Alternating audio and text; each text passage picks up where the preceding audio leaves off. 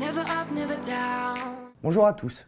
Les marchés cette semaine ont encore été très nerveux avec des très fortes volatilités et notamment le colza qui a atteint plus de 1 000 € la tonne sur la récolte 2021 et plus de 800 € tonne sur la récolte 2022. Aujourd'hui, nous ne sommes déjà plus sur ces prix-là, pourtant c'était le mercredi 23 mars, donc soit hier par rapport à cette date de tournage. Et dans la même journée, on avait une variation de l'ordre de 60 à 80 € tonne.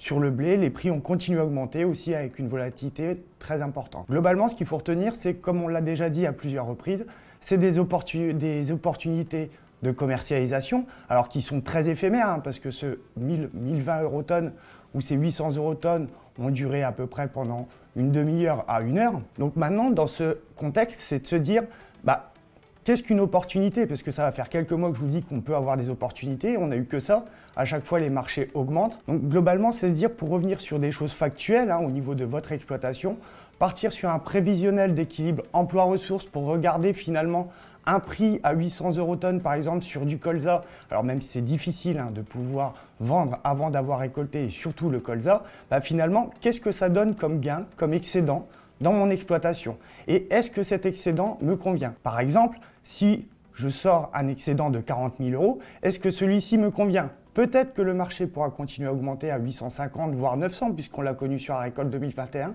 Mais en tout cas, ça vous évitera d'avoir des déceptions. Si les marchés continuent à augmenter, vous aurez pris une décision factuelle de sécurisation par rapport à un gain sur l'ensemble de votre exploitation. L'autre point aussi à regarder, qu'on voit déjà depuis quelques mois, c'est au niveau du blé, où on a une rémunération de stockage qui est négative. Ça veut dire quoi? Ça veut dire, dans votre réflexion de commercialisation, pensez aussi aujourd'hui au délai de livraison. Est-ce qu'il ne faut pas aller sur du moisson alors que habituellement vous êtes stockeur?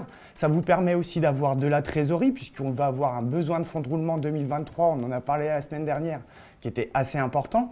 Donc voilà, ça peut être aussi des choses à regarder. Bon, si vous avez un stockage qui est en cours d'amortissement et que vous avez des contrats de rémunération de stockage, dans ce cas-là, vous prenez votre choix de stocker. Mais dans le cas contraire, voilà, il y a une réflexion aussi à avoir par rapport à ça. Nous reviendrons vers vous dans quelques semaines pour refaire le point. En tout cas, je vous remercie et à la prochaine fois.